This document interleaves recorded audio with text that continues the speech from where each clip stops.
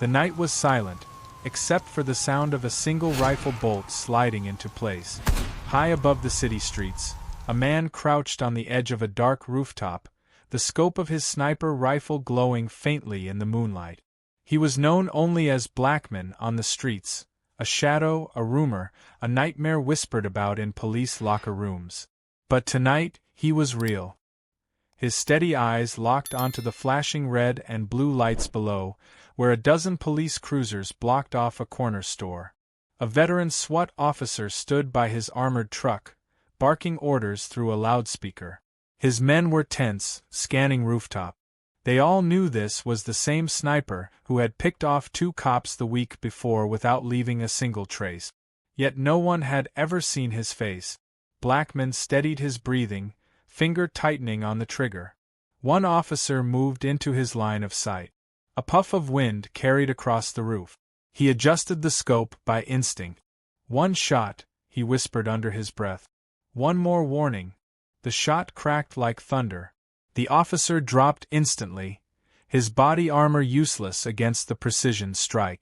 Panic spread through the police line. Cops dove behind car doors. Some screamed into their radios. Sirens wailed. Someone yelled, "It's him again! The sniper!" Blackman slipped back from the ledge, vanished into the dark stairwell, and descended like a ghost. He'd been planning this for months, and now the city trembled under his quiet war. But why? And how had a man with no criminal record become the most feared sniper the cops had ever faced? The story didn't begin on this rooftop. It started months earlier, with a quiet man named Marcus Blackwell who never thought he'd become a killer. Marcus was born and raised in Atlanta, Georgia, the youngest of 3 brothers. His mom worked 2 jobs at a hospital, and his father, a Vietnam veteran, taught him how to shoot at a young age. Not because he wanted Marcus to be violent, but because he believed every boy should know how to handle a gun safely. Marcus excelled at it. By the time he was 15, he could hit a soda can from 300 yards. Despite his skill, Marcus stayed out of trouble. He was a quiet kid, always sketching in notebooks or playing basketball with his friends. But life changed after high school. He joined the army, served 2 tours in Afghanistan, and came home with steady hands but restless night. He tried working as a security guard, then as a truck driver, but nothing settled the storm inside him. Then came the night everything turned. Marcus had just finished a late shift at a warehouse and was driving home. Red and blue lights flashed in his rearview mirror. He pulled over, confused. 2 officers approached his car, guns drawn. Marcus raised his hands, heart racing. He hadn't done anything wrong. But the cops didn't listen. They yanked him out of the car, slammed him onto the pavement, and cuffed him. It was a case of mistaken identity. Someone driving a car similar to his had robbed a liquor store earlier that night. Marcus tried to explain but was shoved into the back of a squad car. Hours passed at the station before they realized their mistake and let him go without even an apology. Marcus went home bruised, humiliated, and furious. He couldn't stop thinking about how easily his life could have ended. His father's words echoed in his head, "Never let anyone take your dignity, son." At first, Marcus tried to channel his anger into writing letters, filing complaints, even contacting a lawyer. Nothing came of it. No one cared. Weeks passed, and the humiliation hardened into something darker. That's when Marcus started visiting the old firing range on the edge of town. It had been years since he'd picked up a rifle, but his hands still knew the weight. He practiced for hours, breathing, squeezing, steadying, until the shots felt like meditation. At night, he walked the city streets, watching cops pull over cars, frisk people, and laugh while they wrote tickets. He saw his younger self in every driver who was stopped. Slowly, a plan formed. Marcus knew the police would never take him seriously unless he became a ghost they couldn't control. He began selling his truck and pawning his old gear to buy high-end rifles, scopes, and night vision equipment. He rented a small apartment under a fake name and filled it with maps of the city, radio scanners, and notebooks full of details about police shift changes and patrol route. He wasn't planning to kill at first. He just wanted to scare them, to send a message. But on a humid night in June, during one of his rooftop stakeouts, Marcus saw a cop shove a kid to the ground for no reason. The boy's mother screamed from the sidewalk, begging them to stop. Marcus felt his finger tighten on the trigger. One shot. One less bully with a badge. He hesitated, heart pounding, but the anger boiled over. The shot rang out. The cop dropped. Chaos erupted below. Marcus backed away, shaking, unable to believe what he'd done. He swore it would be the last time. But deep inside, a switch had flipped. In the days after, the news exploded with headlines about the mysterious sniper targeting police. Some people online called him a hero. Others called him a terrorist. Marcus shut off his phone and went deeper into hiding. But the cops didn't stop their behavior. They doubled their patrols. They became rougher with citizens, desperate to catch him. Marcus watched it all from the shadows, rage building again.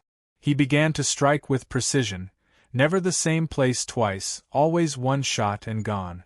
The city felt like it was under siege.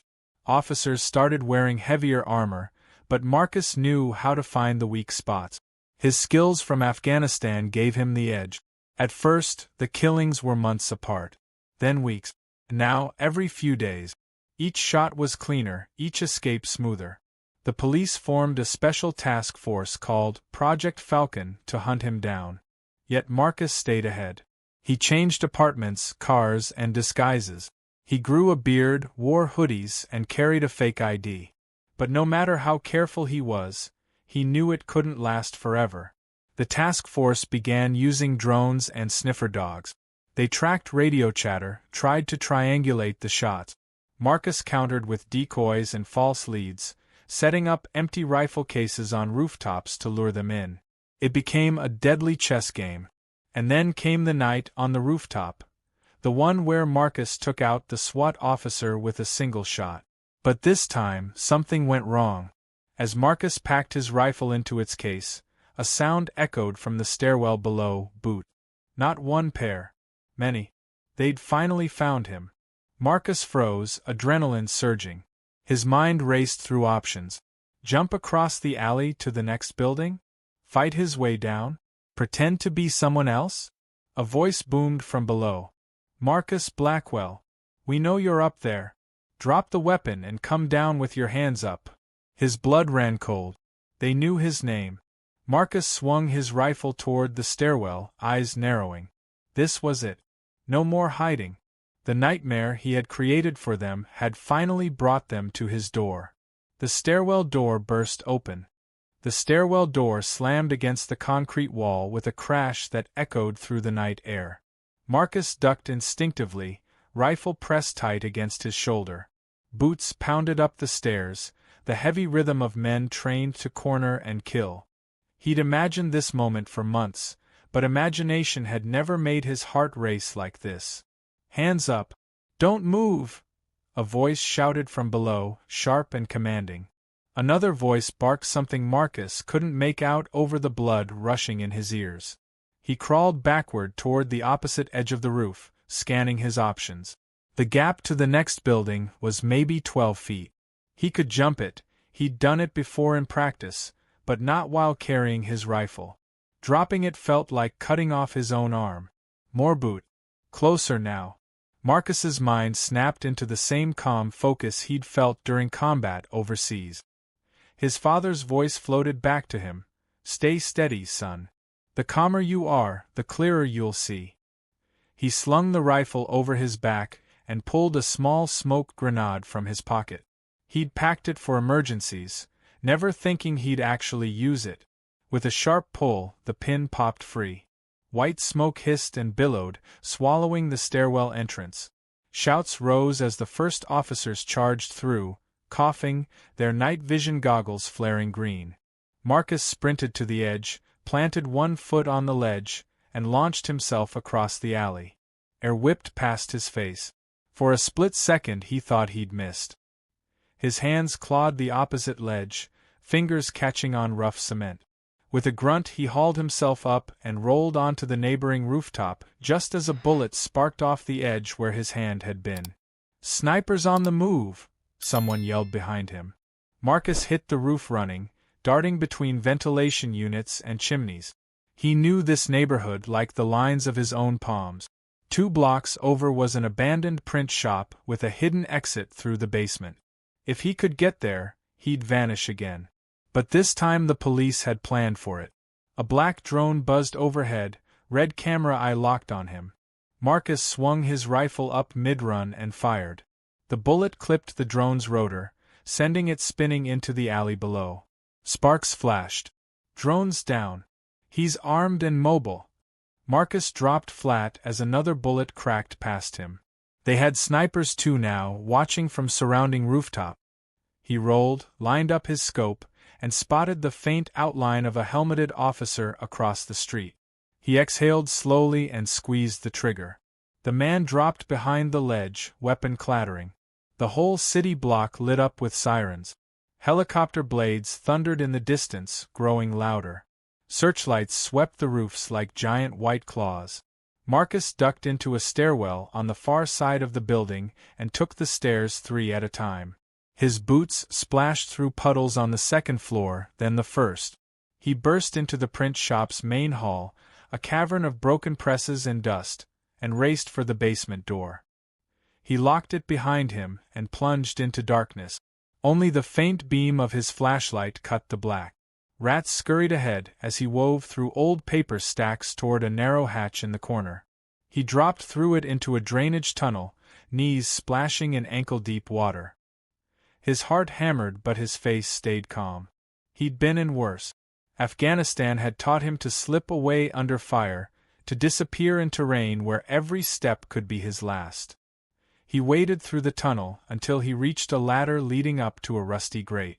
Above him he could hear car tires, a few muffled shouts. Slowly, he lifted the grate and peeked out. He was in a deserted alley 3 blocks from the chaos.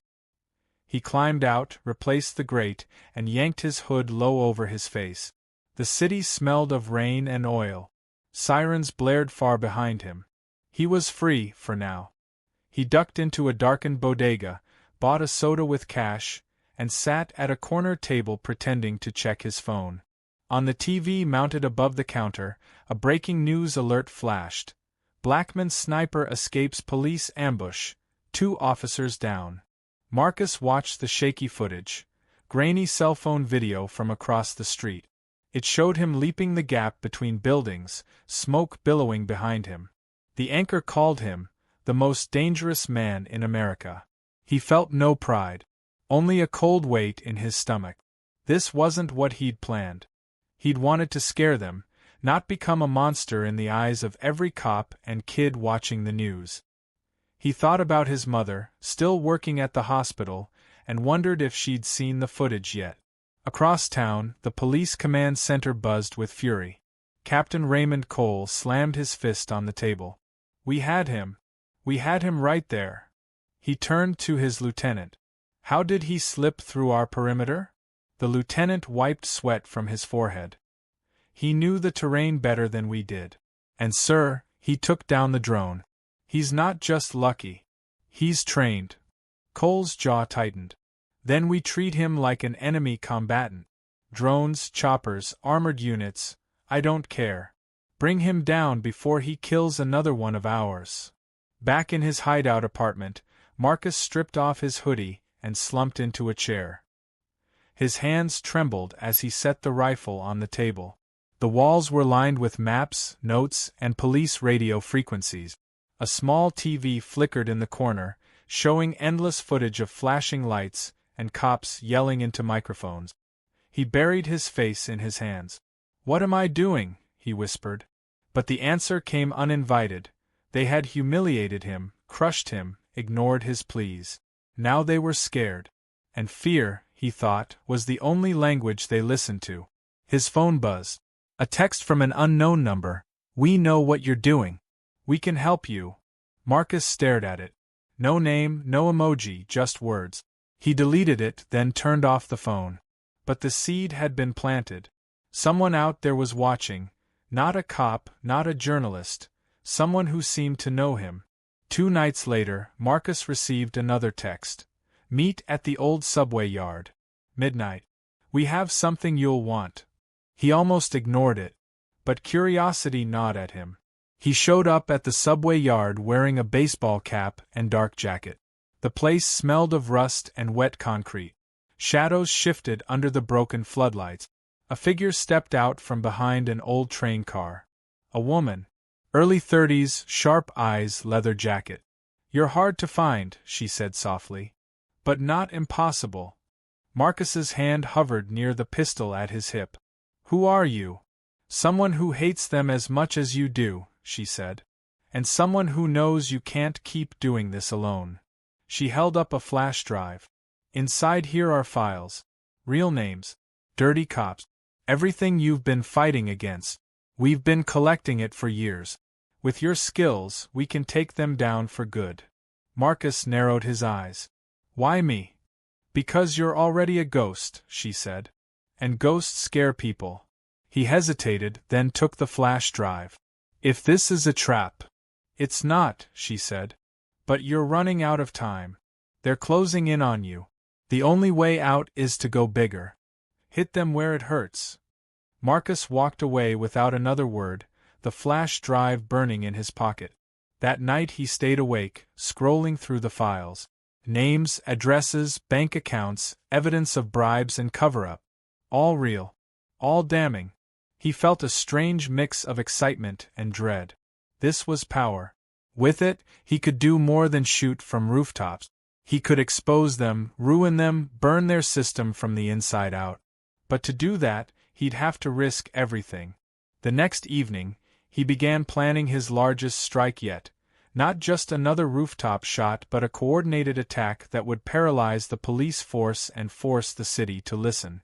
He marked the date on his wall calendar. 1 week. That was all the time he needed. But as he packed his gear, a news alert came on TV. The anchor's face was pale, her voice trembling.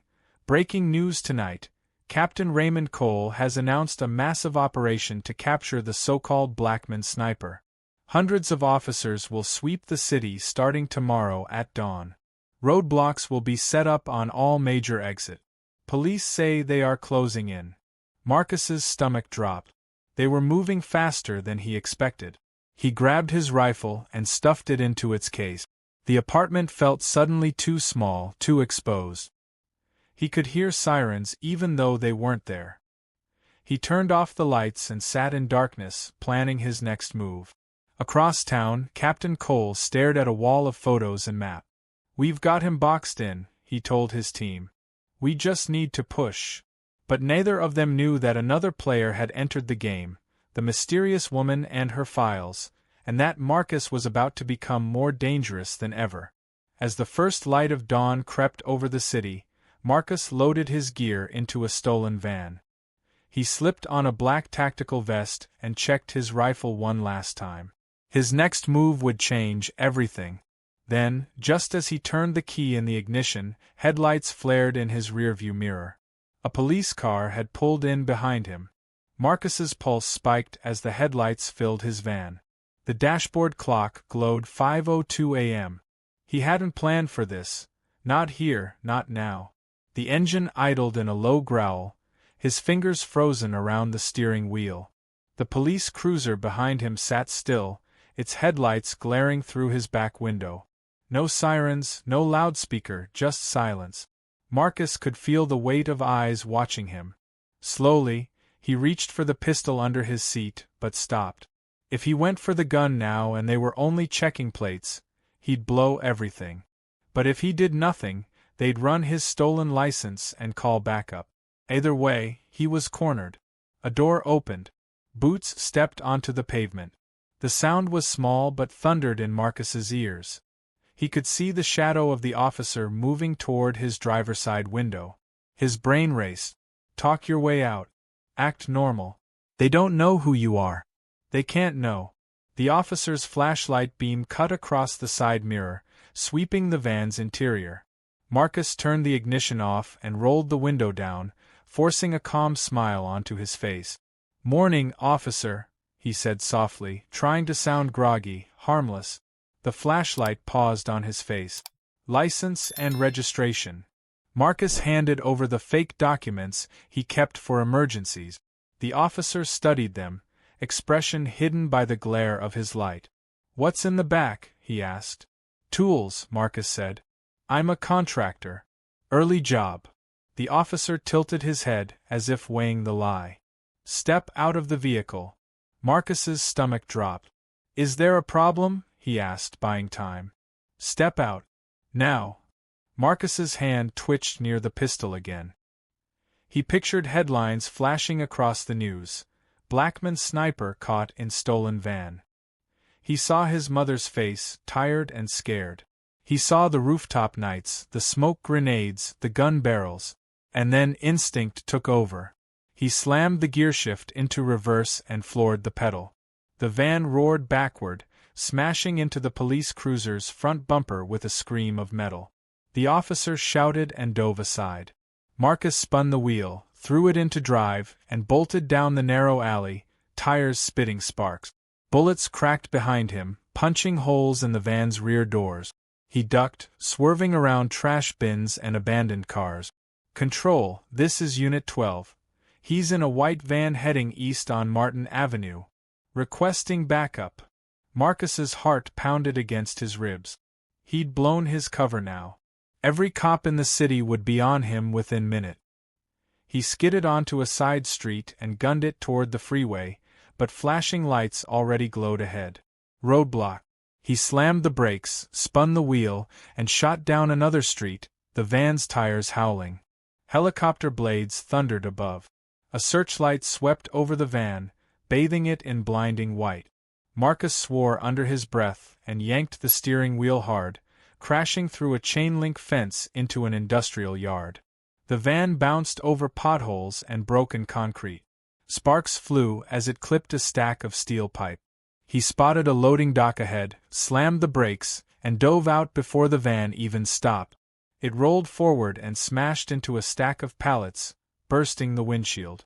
Marcus hit the ground running, ducking into the maze of shipping containers. The helicopter's searchlight struggled to follow him. Officers poured into the yard, shouting orders. Marcus darted between containers, lungs burning, until he reached the far side where a drainage canal ran under the street. He slid down the embankment and splashed into the ankle-deep water, crouching low as the searchlights swept overhead. He crawled through the tunnel, heart hammering, until the sounds of shouting faded.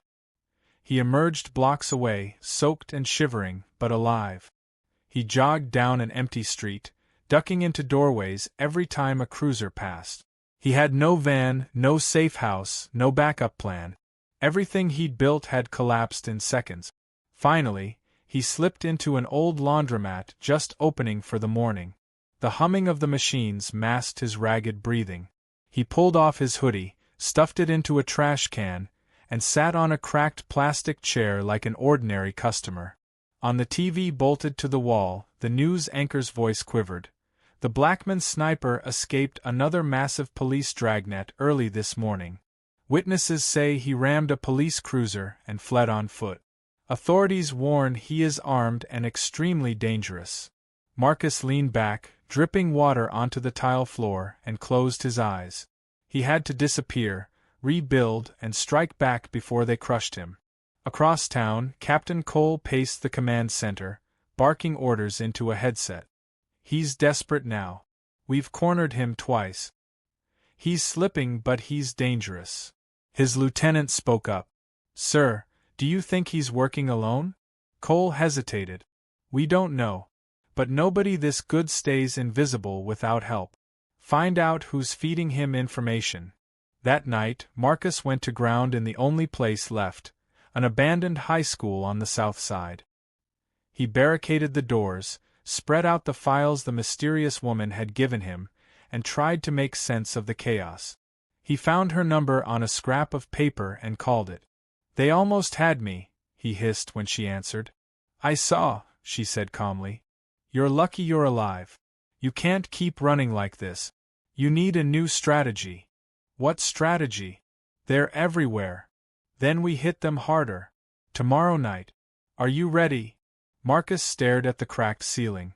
What are you planning? Something they can't ignore, she said. Meet me at the docks at 2 a.m. I'll explain everything. He hesitated, then agreed. He had no other options left. The next night, rain slicked the docks under the yellow glow of streetlights. Cargo ships loomed like giants in the mist. Marcus stood under a dripping awning, scanning for movement. A van pulled up, not police but the woman's crew. 3 figures climbed out, faces hidden under hoods. She stepped forward, eyes hard. Tonight, she said, we're going to shut down their communications. We've found their main server hub. With your skills we can get inside. When the system goes dark, they'll be blind. Marcus studied the blueprints she handed him. The hub was a fortified building in the heart of the police district. Breaking in would be suicide. But part of him thrilled at the challenge. If we do this, he said slowly, it's all or nothing. That's the point, she replied. No more half measures. They spent an hour going over the plan, entry points, timing, escape routes. Marcus's military training surfaced as he mapped angles, calculated risks, and assigned roles. Finally, she placed a hand on his arm. We do this, and you stop being a sniper hiding on rooftops. You become the ghost they'll never forget. He said nothing, but in his mind he saw the city grid flicker and go black, saw the panic, saw the power shift. At 1:55 a.m., they moved out. Marcus wore a black vest and carried a suppressed rifle. The crew carried duffel bags of equipment. They crept through alleys toward the fortified building, avoiding cameras and patrols. The server hub loomed ahead, its windows glowing with blue light. 2 guards smoked by the entrance, unaware of the storm coming. Marcus signaled. 2 of the crew slid behind a dumpster, assembling a jammer. The woman crouched beside him, whispering directions. He steadied his breathing, sighted through his scope, and prepared to drop the guards silently. Then a shadow moved on the rooftop across from them. Another figure, unseen until now, raised a radio to his mouth. Blackman's here, the voice crackled. We've got him. Marcus froze. Spotlights exploded to life. Sirens wailed. A flood of police poured from every alley, armored and armed, shouting commands. Helicopter blades churned the air above. They had walked into a trap. Marcus swung his rifle toward the rooftop figure and fired, but the man dove away. Bullets shredded the crate beside him. The crew scattered, diving for cover. The woman grabbed his arm. Run, she screamed. Marcus grabbed his rifle and spun, but there were cops everywhere, in front, behind, on the roofs. Somewhere in the chaos, a flashbang exploded, white light burning his eyes. When his vision cleared, he saw the woman on her knees, hands cuffed behind her back. 2 officers dragged her toward a van. Marcus raised his rifle to stop them, and felt a round slam into his shoulder, spinning him backward into the shadows. He crawled behind a dumpster, clutching his bleeding arm, the sound of boots closing in. Above, the helicopter's searchlight pinned him like a moth. Rain poured down harder now, drumming against the dumpster as Marcus pressed his back to the rusted metal. Blood soaked through his tactical vest, warm and sticky against his ribs. His left arm trembled where the bullet had punched through. His vision blurred at the edges, but his mind stayed razor-sharp. Years of training had taught him how to survive a gunshot. Right now it meant staying conscious, staying low, and thinking 3 moves ahead. Boots splashed through puddles nearby. Shouts overlapped, "Move in! He's wounded! We've got him cornered!" The helicopter's searchlight seared down like a white-hot sun, cutting away every shadow. Marcus knew he had seconds before the officers swung around the dumpster and finished him. He dug into his vest with his good arm and pulled out a small smoke grenade. He'd packed only 2 for this job. One he'd already used weeks ago. This was the last. He yanked the pin and tossed it under the dumpster. Thick gray smoke gushed outward, curling through the rain and spreading like fog across the dockyard. "Grenade!" someone shouted. The officers staggered back, coughing, their night vision useless in the haze. Marcus dropped flat, rolling into the deeper shadows beneath a cargo crane. His shoulders screamed with pain, but his hands stayed steady as he pulled out a field dressing and pressed it to the wound. He needed to stop the bleeding just long enough to get out. Through the smoke, he spotted the woman being shoved into the back of a police van. She locked eyes with him for a heartbeat, a flash of fear and defiance before the door slammed shut. Marcus's stomach clenched. He'd led her into this. He'd led all of them into this. 2 of the crew were down on the ground, cuffed. Another lay sprawled by a forklift, unmoving. The trap had sprung perfectly. He crawled toward the edge of the dock, teeth gritted. 10 feet below, dark water lapped against wooden pilings. It was a drop that could kill him if he hit wrong, but staying meant certain arrest or death.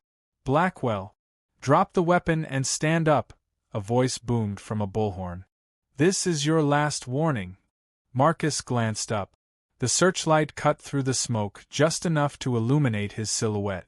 He could see their outlines now, a full ring of officers in body armor, rifles raised. No escape routes, no cover left. He looked at the water again. Cold, black, deep. A memory flickered, his father teaching him to swim in a Georgia lake, telling him, if you can hold your breath and stay calm, you'll always find the surface. He tightened the bandage on his arm, slung the rifle over his back, and stood up slowly, hands half raised. The ring of officers tensed, fingers on triggers. I'm done, Marcus called out hoarsely. Don't shoot. A ripple of surprise went through the line. The bullhorn barked back, get on your knees. Hands behind your head. Marcus took 1 step forward, then pivoted and dove off the dock. Shouts erupted. Gunfire cracked. Bullets punched into the water around him as he plunged into the freezing depth. Darkness swallowed him whole. The cold was like a slap, clearing his head. He kicked downward, away from the flashes above, lungs burning. The salt water stung his wound but also numbed it. He swam parallel to the dock, counting strokes, ignoring the ache in his arm. Up above, flashlights danced on the surface. He heard the muted thuds of divers dropping in after him. He surfaced under a cluster of pilings, gasping quietly. He could see their legs on the dock, black silhouettes against the floodlights. They were tossing ropes and shouting coordinates. Marcus took a deep breath and dove again, angling toward the shore. He swam under a barge, feeling barnacles scrape his back. His chest screamed for air, but he forced himself to keep going. Finally, he surfaced near a tangle of fishing nets at the far edge of the dockyard, hidden from view. He dragged himself onto the rocks, coughing water from his lungs. His arm throbbed so badly he nearly blacked out, but the night air on his face pulled him back. He staggered into the shadows of a nearby alley, leaving a trail of blood and salt water. His teeth chattered as he limped away, one hand pressed to his wound. Behind him, the dockyard was chaos. Helicopters circling, searchlights sweeping, officers shouting into radios. But Marcus was gone again, like a ghost slipping through fingers. He found an old storm drain and crawled inside, collapsing against the damp concrete. He tore open a second bandage from his kit, wrapped his arm tighter, and tried to slow his breathing. For the first time in years, he felt weak. Really weak. This wasn't a controlled mission anymore. This was survival. He leaned his head back against the wall and closed his eyes. You're slipping, he muttered to himself. You're slipping. Across town, Captain Cole stared at a screen showing live drone footage of the dockyard. He's in the water, a tech said. We're sending divers. Cole slammed his fist on the table. He's wounded. He's done. Sweep every drain, every tunnel, every hospital. He won't get far this time. At dawn, Marcus staggered out of the storm drain and into a deserted park. Birds chirped overhead, oblivious. He found a park bench and collapsed onto it, shivering under his soaked clothes. His hands were so cold he could barely unzip his bag. He pulled out the flash drive the woman had given him. Somehow he'd kept it safe through everything. He stared at it, thinking of her face as the cops dragged her away. "Don't let it be for nothing," he whispered. He dragged himself to a public library as soon as it opened. The librarian gave him a wary look but said nothing. He sat at a computer, plugged in the flash drive, and started copying files onto secure servers he'd set up months ago. His fingers trembled, but he worked fast, eyes flicking to the door every few seconds. Once the upload was done, he sent an anonymous email to several journalists, attaching some of the files. "If anything happens to me," he wrote, "release everything." Then he wiped the flash drive clean and slipped out a side door. By noon, news outlets were buzzing with leaks about corruption, payoffs, and secret police slush fund. Headlines screamed about the biggest scandal in the department's history.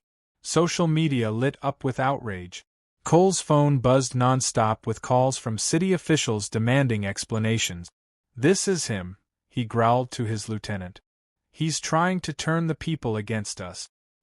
He thinks he can win a war of information." That night, Marcus holed up in an abandoned tenement on the edge of town. He bandaged his arm again, drank from a rusty tap, and listened to the city outside. Helicopters still thumped in the distance. Sirens still wailed. But now protests were forming downtown.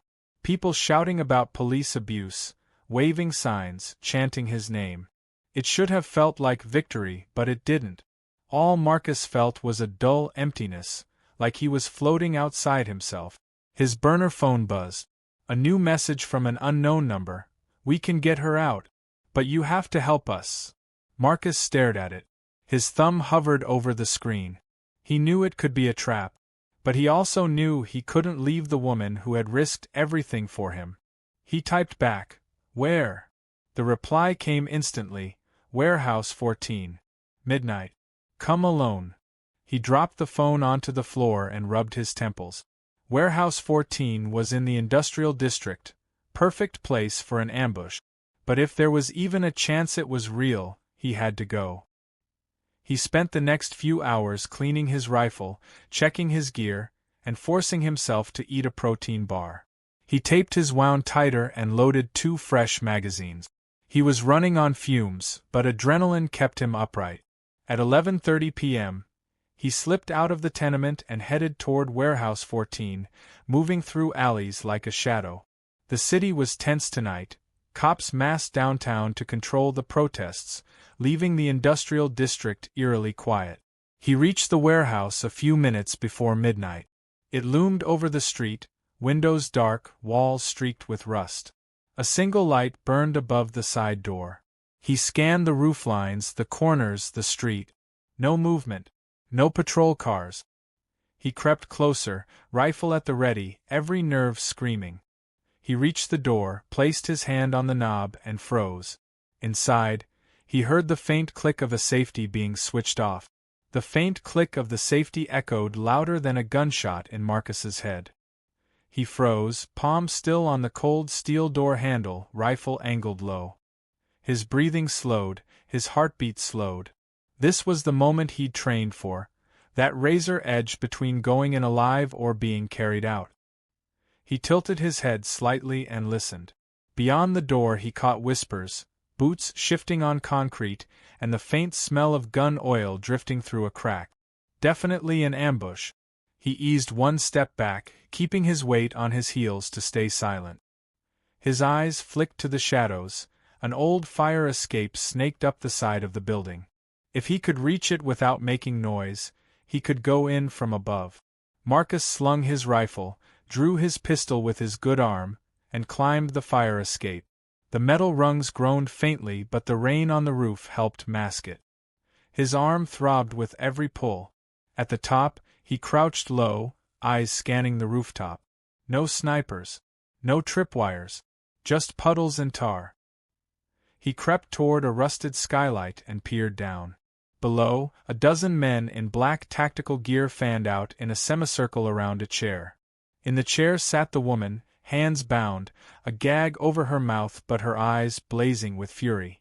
A man in a gray suit stood in front of her, checking his watch. "Captain Cole."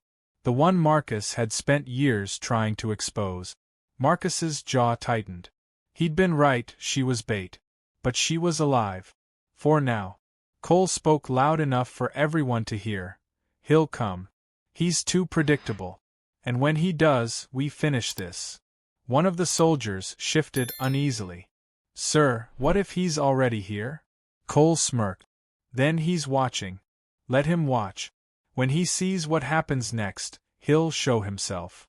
Marcus's mind raced. Straight assault would be suicide. But waiting meant Cole hurting her, or worse. He scanned the rafters, calculating angles. There was a crane system overhead with a heavy hook dangling. And near the wall, an emergency sprinkler valve. He pulled a small remote from his pocket, a signal jammer he'd built for emergencies. He flicked it on. All the radios below crackled with static. The men cursed and tapped their headset. Marcus drew a smoke grenade and rolled it down through a gap in the skylight. It clattered onto the concrete below. Huh? One of the men said, leaning toward it. The grenade erupted in thick gray smoke. Chaos filled the room as shouts rang out. Marcus dropped through the skylight, landing on the crane platform above. He swung the hook down and kicked it loose. The heavy steel hook slammed into two of the soldiers, scattering them. Gunfire erupted blindly through the smoke. Marcus fired 3 quick shots, dropping 2 silhouette. He moved fast, using the rafters for cover, his wound screaming but his mind in the zone. He cut the rope holding the crane's load, and a stack of pallets crashed down, blocking the main exit. Cole ducked behind a steel pillar, gun drawn, eyes scanning the smoke. He's here. Find him. Marcus dropped to the ground behind a forklift, rolled, and came up shooting. Another soldier went down. He spotted the woman still tied to the chair, coughing from the smoke. He sprinted toward her, sliding across the wet floor, and slashed the ropes with his knife. Run, he hissed. She yanked the gag free, eyes wide. Marcus! Go! She bolted toward a side door. A soldier lunged at her, but Marcus put a round through his leg, dropping him. Then a bullet slammed into Marcus's shoulder, spinning him. He fell to one knee, gritting his teeth. Through the haze he saw Cole stepping out, pistol steady, eyes locked on him. You should have stayed gone, Cole said calmly. You've lost. Marcus raised his pistol, but Cole shot first, knocking it from his hand. The gun skittered across the floor. Cole walked closer, boots crunching glass. All that fighting, all those leaks, and for what? You're bleeding out on a warehouse floor. Marcus glanced toward the sprinkler valve on the wall, just a few feet away. He needed a distraction. You talk too much, Marcus rasped. Cole smirked. Any last words? Marcus grabbed a shard of glass from the floor and hurled it at the valve. The glass struck true. Water erupted from the ceiling sprinklers, dousing everyone. Sparks burst from an exposed junction box. Lights flickered, then plunged the warehouse into strobing darkness. Marcus lunged for his dropped pistol, rolled, and fired twice. One shot grazed Cole's arm, the other shattered a spotlight above him.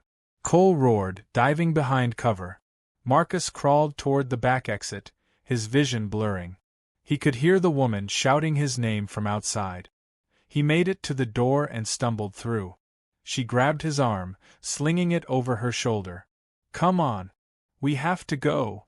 Behind them, the warehouse filled with shouting, boots pounding, and the whine of reinforcements arriving. They staggered down an alley, rain soaking them, sirens rising in the distance. Marcus gasped, Car? She nodded. 2 blocks over.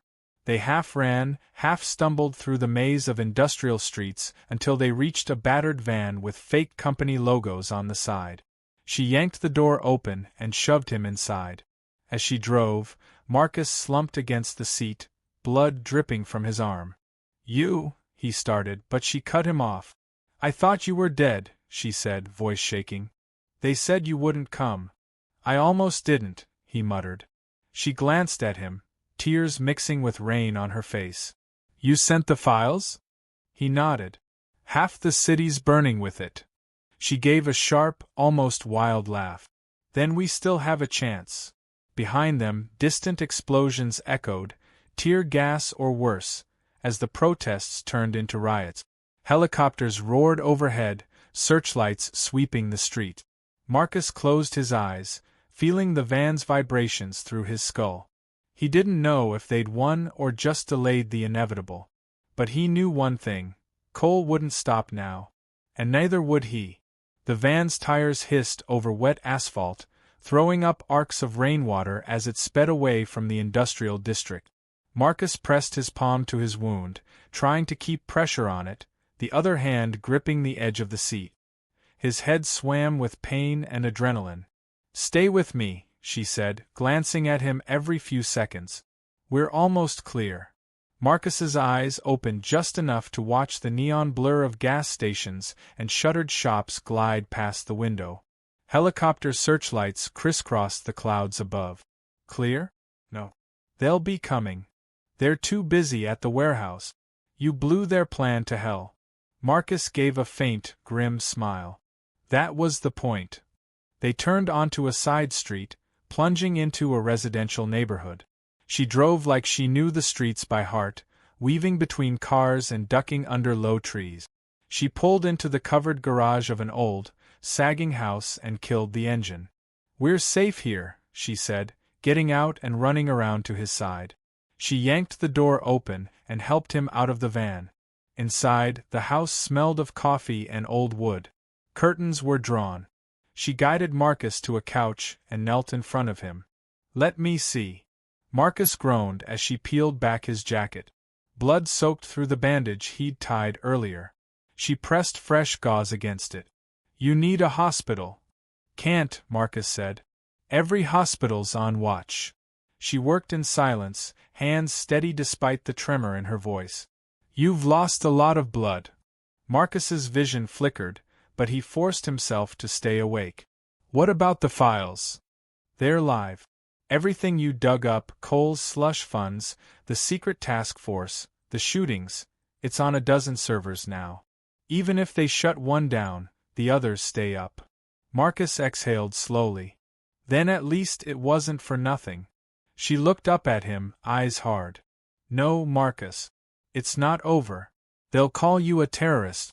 They'll bury the truth under headlines about the sniper. If you're gone, they win." Marcus managed a grim smile. "I'm not gone yet." She taped the bandage tight and sat back. "You shouldn't have come for me." "Couldn't leave you," he said simply. For a long time they sat in silence, listening to the faint hum of the refrigerator and the far-off sirens. Rain beat against the windows. Finally she spoke. "Cole won't stop. He's not just some captain. He's plugged into people above him. They'll send the feds now. They'll burn every hiding place you have." Marcus's jaw tightened. "Let them come." "No," she said sharply. "You can't just fight. You have to outthink them. You have to finish this." Marcus looked at her, seeing the fear and fire in her face. She was right. He'd started something he couldn't just shoot his way out of. He pushed himself up from the couch. His legs trembled but held. "Then we plan. Tonight." She shook her head but helped him stand. "At least eat something first." He managed a faint laugh. "Food sounds good." She went to the kitchen. Marcus limped to the window and peered out through a sliver in the curtain.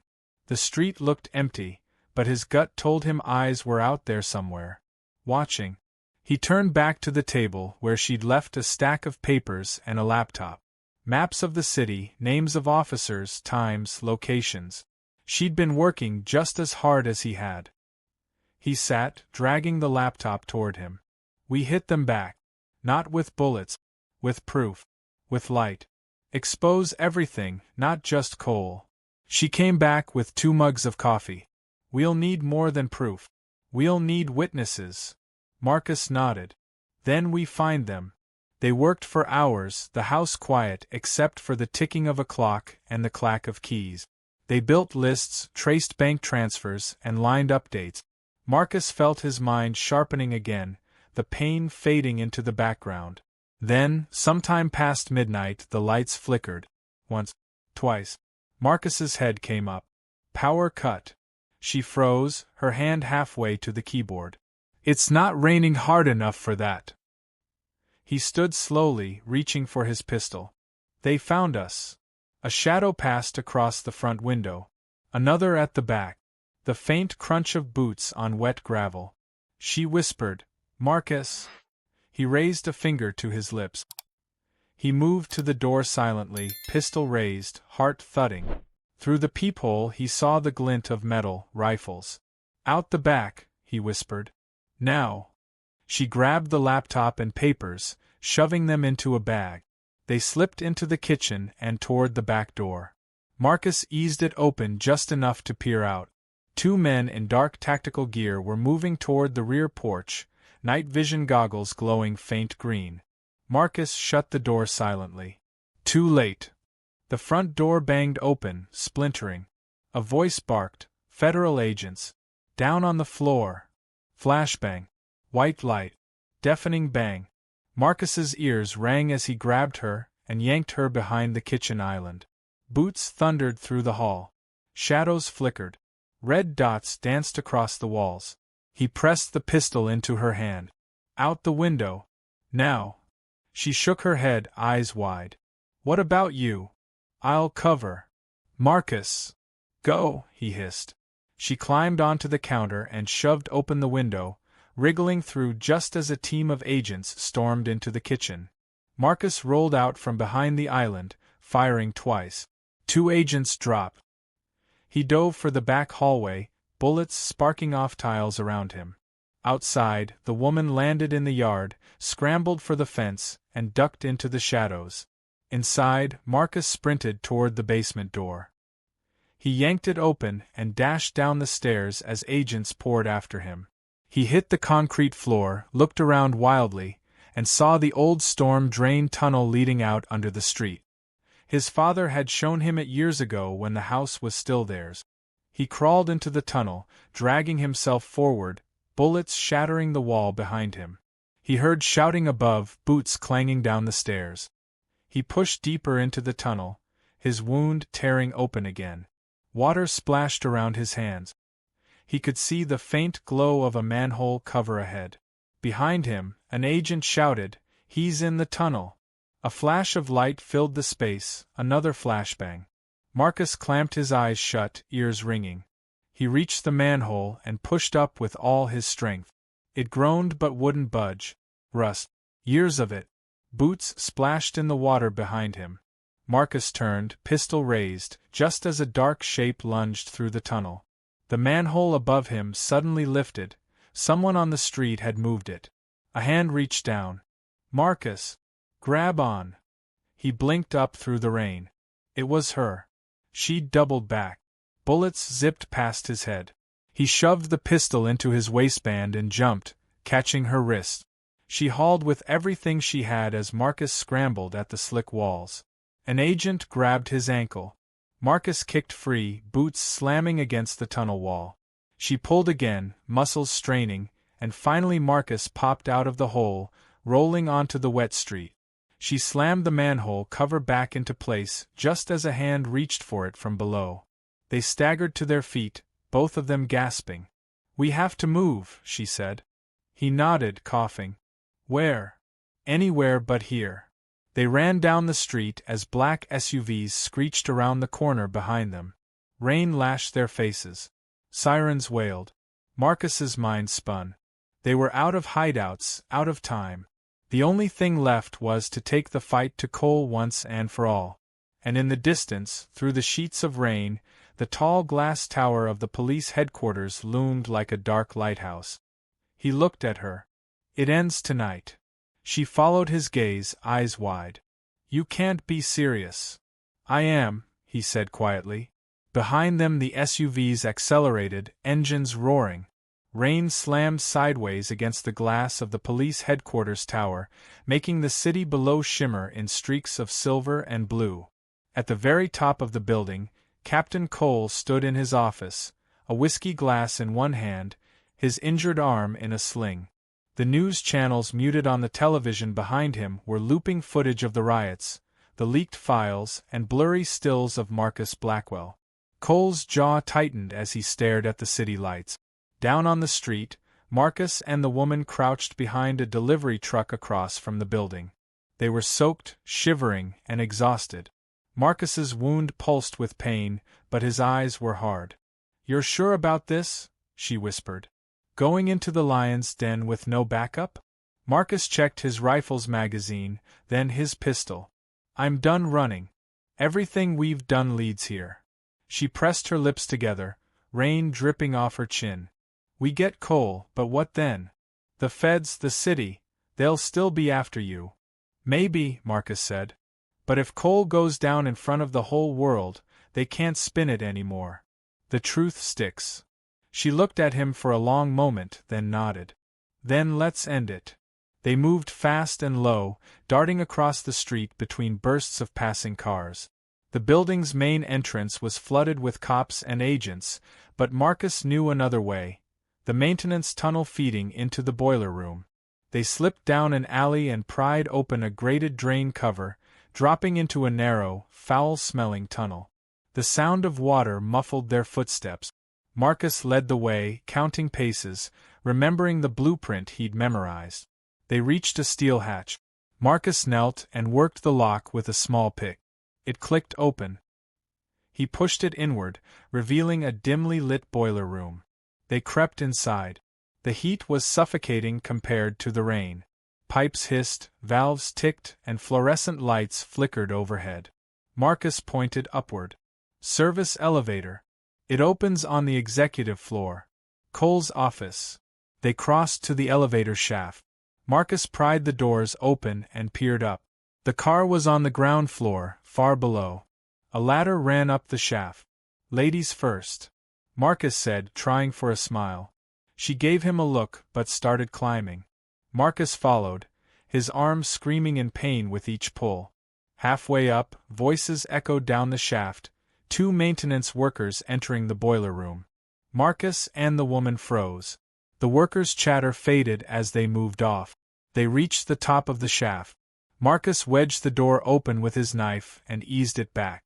The corridor beyond was silent and carpeted, with glass walls showing the storm outside. They slipped out and crouched low.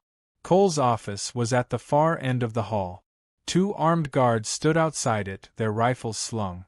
Marcus looked at the woman. She nodded. They moved like shadows. Marcus unslung his rifle, sighted, and squeezed twice. The guards dropped soundlessly. He sprinted forward and caught them before they hit the floor, easing them down. He pressed his ear to Cole's office door. A faint hum, television or a laptop. He glanced at her, mouthed, "Ready?"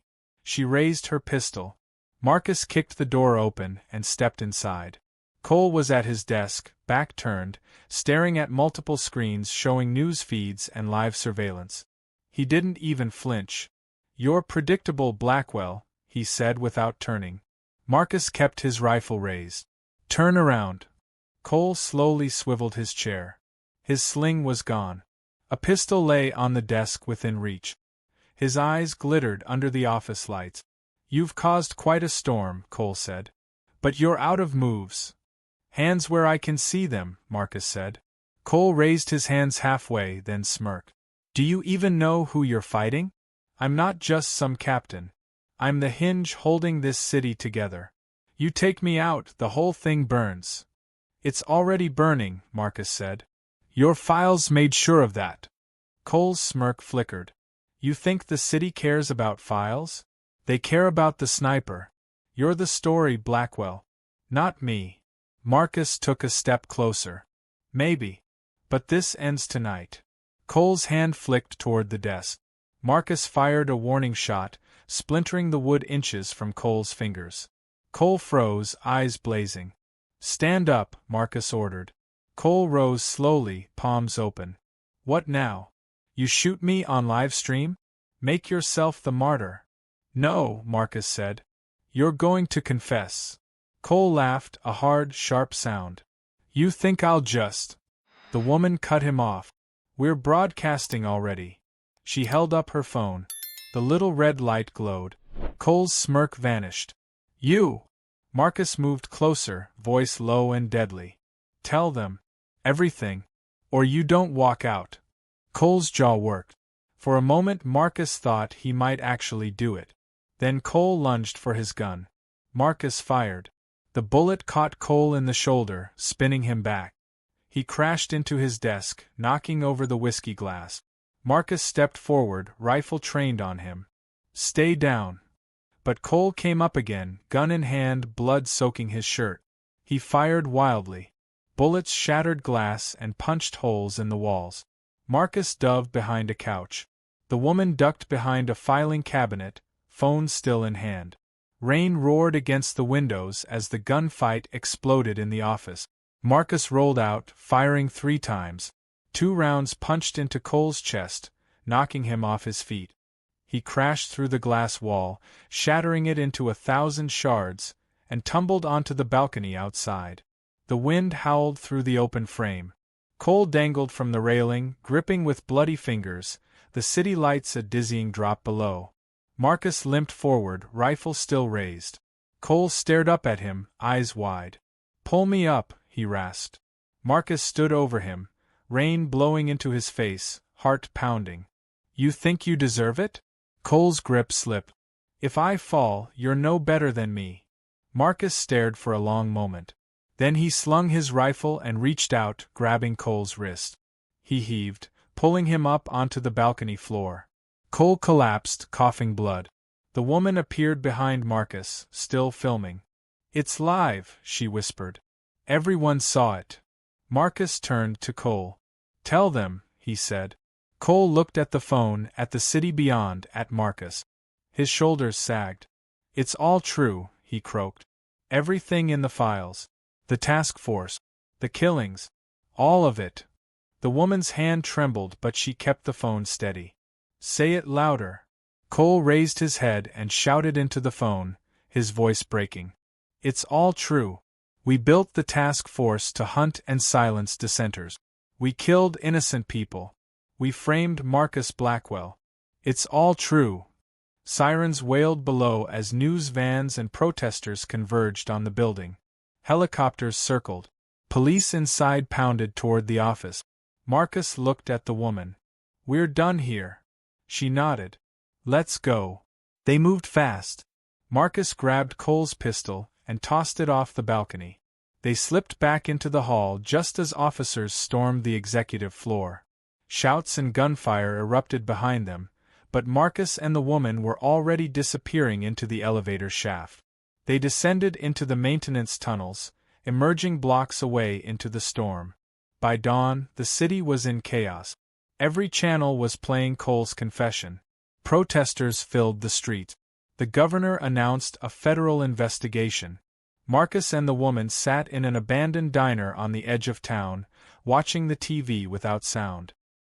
His bandaged arm rested on the table. She slid him a coffee. "You did it," she said softly. "You turned their nightmare back on them." Marcus stared at the screen. "No. We did. And now," he exhaled slowly, "now I disappear." She looked at him, eyes searching. "Where will you go?" He gave a faint smile. "Somewhere quiet. No rooftops." Outside, the first rays of sunlight pierced the storm clouds. The sirens were distant now, replaced by the low murmur of a city waking to a new reality. Marcus rose, pulling his hood up. "They'll still come for me. But it's not about me anymore. It's about the truth." She stood with him. "Then let's keep moving." They walked out of the diner into the wet morning, 2 figures fading into the crowd as the city roared around them. Far above, on the skyscraper they'd left behind, the balcony where Cole had confessed still dripped with rainwater, and the shattered glass glinted like shards of a fallen mask. And somewhere in the city, the legend of the Blackman sniper shifted, no longer a nightmare for the people, but a nightmare only for the corrupt who had built their power on lies. If you believe stories like this deserve to be heard, make sure you hit that subscribe button and turn on notifications, because every new video we share brings the truth to light. Don't stop here, keep watching and stand with us against racism. Thank you for watching to the end.